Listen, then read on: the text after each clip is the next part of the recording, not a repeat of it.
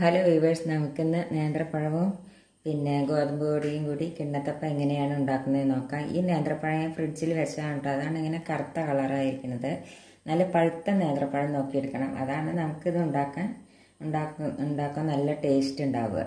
അപ്പോൾ ഇത് നല്ല പഴുത്ത നേന്ത്രപ്പഴമാണിത്. ഫ്രിഡ്ജിൽ വെച്ചിട്ട് ഇങ്ങനെ കറുത്ത കളർ വന്നതാണ്. പിന്നെ ഒരു കപ്പ് ഗോതമ്പ് പൊടി എടുത്തിട്ടുണ്ട്. പിന്നെ അതിലേക്ക് 2 അച്ച് ശർക്കര എടുത്തിട്ടുണ്ട്. അത് നമ്മൾ മധുരത്തിനനുസരിച്ച് എടുക്കുക. അപ്പോൾ ഗോതമ്പ് പൊടി എല്ലാം എങ്കിൽ അരിപ്പൊടി കൂട്ടിയിട്ട് നമുക്കിത് ഉണ്ടാക്കാവുന്നതാണ്. പിന്നെ ഒരു 1/2 കപ്പ് നാളികേരം എടുത്തിട്ടുണ്ട്. പിന്നെ അണ്ടിപ്പരിപ്പ് ഒരു 4-5 എടുത്തിട്ടുണ്ട്. ഏലക്കായ 2 എടുത്തിട്ടുണ്ട്. പിന്നെ ജീരകം നിങ്ങൾക്ക് ഇഷ്ടമുണ്ടെങ്കിൽ മാത്രം ചേർത്താൽ മതി. കുറച്ച് ജീരകം എടുത്തിട്ടുണ്ട്. പിന്നെ ഒരു നുള്ളു ഉപ്പ് എടുത്തിട്ടുണ്ട്. പിന്നെ നെയ്യ് എടുത്തിട്ടുണ്ട്. നെയ്യ് അല്ലെങ്കിൽ വെളിച്ചെണ്ണ എടുത്താൽ മതി.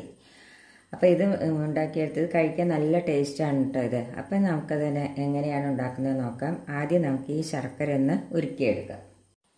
അപ്പം ഞാൻ ശർക്കര ഇതേമാതിരി ചെറുതായി ചീക്കി എടുത്തു കേട്ടോ. കാരണം വേഗം ഉരുക്കി കിട്ടാൻ വേണ്ടിയിട്ടാണ്. ഇനി നമുക്കിതൊന്ന് ഉരുക്കിയെടുക്കാം.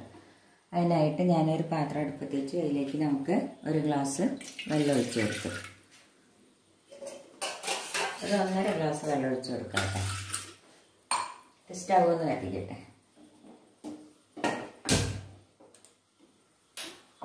ഇനി അതിലേക്ക് നമുക്ക് ഈ ശർക്കര ഇട്ട് കൊടുക്കാം. ഇതൊന്ന് ഉരുകിയിട്ട് നമുക്കിത് അരിച്ചെടുക്കണം.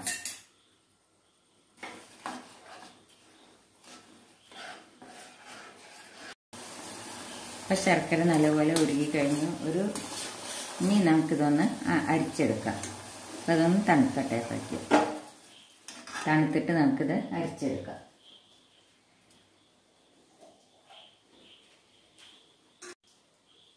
അത് തണുക്കുമ്പോഴേക്ക് നമുക്ക് ഈ നേന്ത്രപ്പഴം ഒന്ന് ചെറുതാക്കി മുറുക്കിയെടുക്കാം. നല്ല പഴുത്ത പഴം ആണെങ്കിലാണ് കേട്ടോ കൂടുതൽ ടേസ്റ്റ്.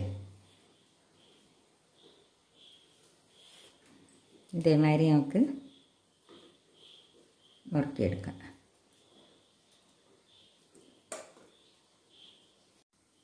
ഇനി നമുക്കിതിലേക്ക് കുറച്ച് നെയ്യ് ഇട്ട് കൊടുക്കാം. എന്നിട്ട് നമുക്ക് ഈ അണ്ടിപ്പരിപ്പ് ഒന്ന് വറുത്തെടുക്കാം.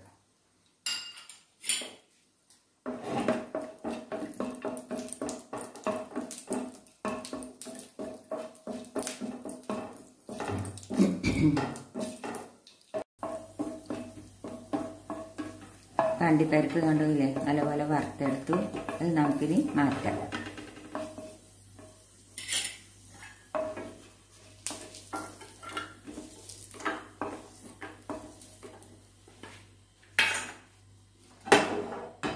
ഇനി നമുക്കിതിലേക്ക് ഈ പഴം ഇട്ട് കൊടുക്കാം.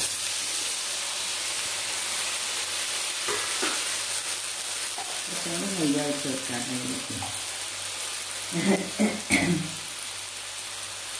എന്നിട്ട് ഈ പഴം ഒന്ന് ഫ്രൈ ചെയ്തെടുക്കാം.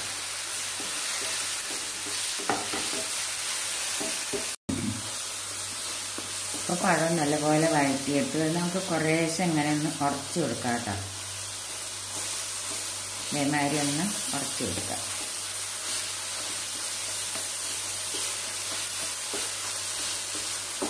നല്ല ടേസ്റ്റാണ് ഇത് ഉണ്ടാക്കിയിട്ട് കഴിക്കാൻ. കുട്ടികൾക്കൊക്കെ നല്ലപോലെ ഇഷ്ടപ്പെടും. ഇതിലേക്ക് നമുക്ക് ഈ നാളികേരം ഇട്ട് കൊടുക്കാം.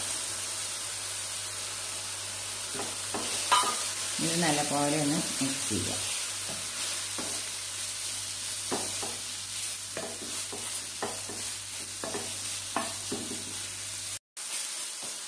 ഇപ്പം നാളികേരം നേന്ത്രപ്പഴം കൂടി നല്ലപോലെ മിക്സായി ഇതേമാതിരി ഒന്ന് ഇങ്ങനെ കുറച്ചെടുക്കാം. കുറേശ്ശെ കടിക്കാനും വെക്കണം കേട്ടോ.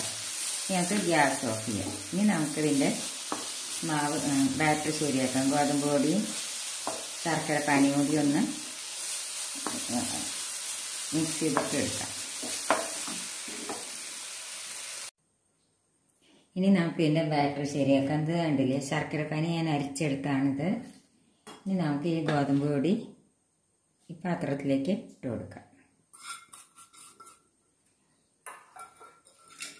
ഇനി അതിലേക്ക് നമുക്ക് ഈ ശർക്കര പാനി ഒഴിച്ചു കൊടുക്കാം. ഇതിപ്പോൾ തണുത്തതാണ് കേട്ടോ. നല്ലപോലെ ഒന്ന് മിക്സ് ചെയ്യട്ടെ.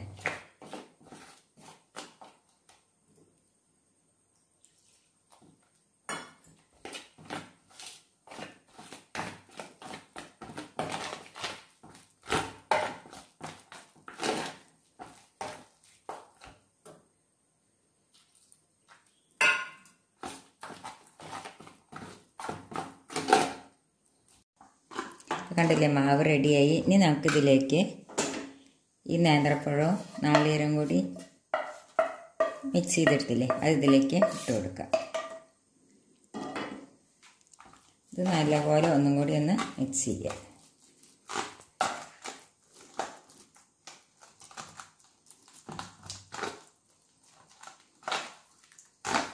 ഇതിലേക്ക് നമുക്ക് ഈ അണ്ടിപ്പരിപ്പ് ഇട്ട് കൊടുക്കാം.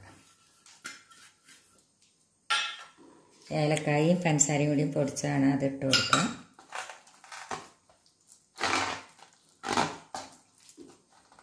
ഈ ജീരകം ഒരു നുള്ളു ഉപ്പും കൂടി ഇട്ട് കൊടുക്കുക. ജീരകത്തിൻ്റെ മണം നിങ്ങൾക്ക് ഇഷ്ടമില്ലെങ്കിൽ അത് കൂട്ടേണ്ട ആവശ്യമില്ല കേട്ടോ. കുറച്ചും കൂടി നമുക്ക് വെള്ളം കൂട്ടി കൊടുക്കാം. കുറച്ച് ശർക്കര പാനി ബാക്കിയുണ്ട്, അതും കൂടി നമുക്ക് ഇതിലേക്ക് ഒഴിച്ചു കൊടുക്കാം.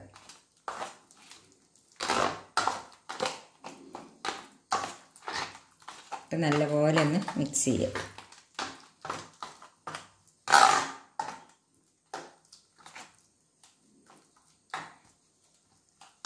ഇപ്പം നമ്മുടെ ബാറ്റർ റെഡിയായി.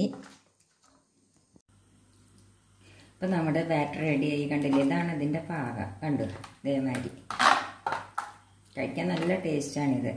ഇനി നമുക്കിത് ആവിയിലിത് വേവിച്ചെടുക്കാം. അതിനായിട്ട് ഞാനൊരു ഇഡ്ഡലി പാത്രം അടുപ്പത്ത് വെച്ചിട്ടുണ്ട്. അത് അലുമിനിയത്തിൻ്റെ ഇഡ്ഡലി പാത്രമാണ് കേട്ടോ. അതിൽ കുറച്ച് ഒരു 2 ഗ്ലാസ് വെള്ളം ഒഴിച്ച് ചേർത്തു.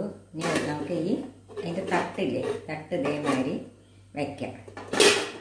ഇതൊന്ന് തിളക്കട്ടെ. അപ്പോഴേക്ക് നമുക്ക് ഒരു പ്ലേറ്റ് എടുത്തിട്ട് അതിൽ കുറച്ച് നെയ്യ് ഇട്ടിട്ടുണ്ട്. അത് നല്ലപോലെ എല്ലാ ഭാഗവും ഒന്ന് ആക്കി കൊടുക്കാം.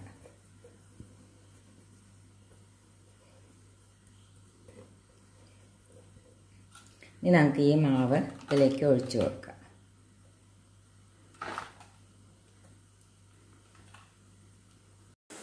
അപ്പോൾ മാവ് ഞാൻ ഒരു പ്ലേറ്റിൽ ഇതേമാതിരി ഒഴിച്ചു കൊടുത്തു. നെയ്യ് പറ്റിയിട്ട് അതിൽ ഒഴിച്ചു കൊടുത്തു. ഇനി നമുക്കിത് ആവി കയറ്റിയെടുക്കാം.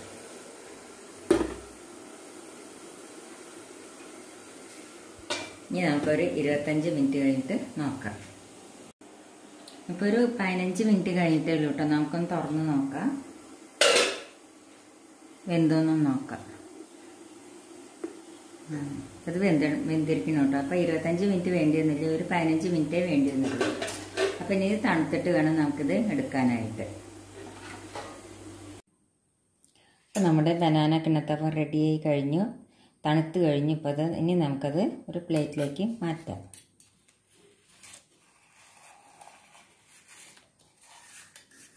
ഈ മാവ് കലക്കി വെച്ചിട്ട് നമ്മൾ പഴവും ഗോതമ്പ് പൊടിയും എല്ലാം കൂടി കലക്കി വെക്കില്ലേ, എന്നിട്ട് ഒരു 5 മിനിറ്റ് 5-10 മിനിറ്റ് വെച്ചിട്ട് വേണം കേട്ടോ നമ്മളത് ഉണ്ടാക്കിയെടുക്കാൻ. ഞാനത് വീഡിയോയിൽ പറയാൻ മറന്നുപോയതാണ്. കണ്ടില്ലേ, നമ്മുടെ കിണ്ണത്തപ്പം റെഡിയായി. അപ്പോൾ നിങ്ങളെല്ലാവരും ട്രൈ ചെയ്ത് നോക്കുമല്ലോ. ഇഷ്ടപ്പെടുകയാണെങ്കിൽ ലൈക്ക് ചെയ്യാനും ഷെയർ ചെയ്യാനും സബ്സ്ക്രൈബ് ചെയ്യാനും മറക്കരുത്. Thank you.